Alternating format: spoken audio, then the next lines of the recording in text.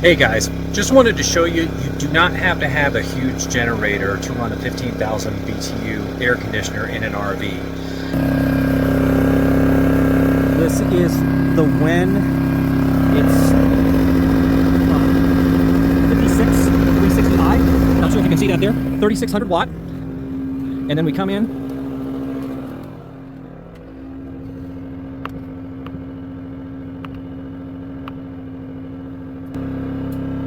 Set that up. Get the air conditioner blowing.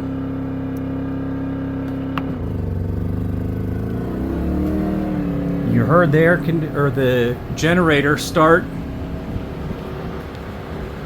and there's my air conditioner going. This air conditioner does not have a soft start, so we're running just off of that one small generator.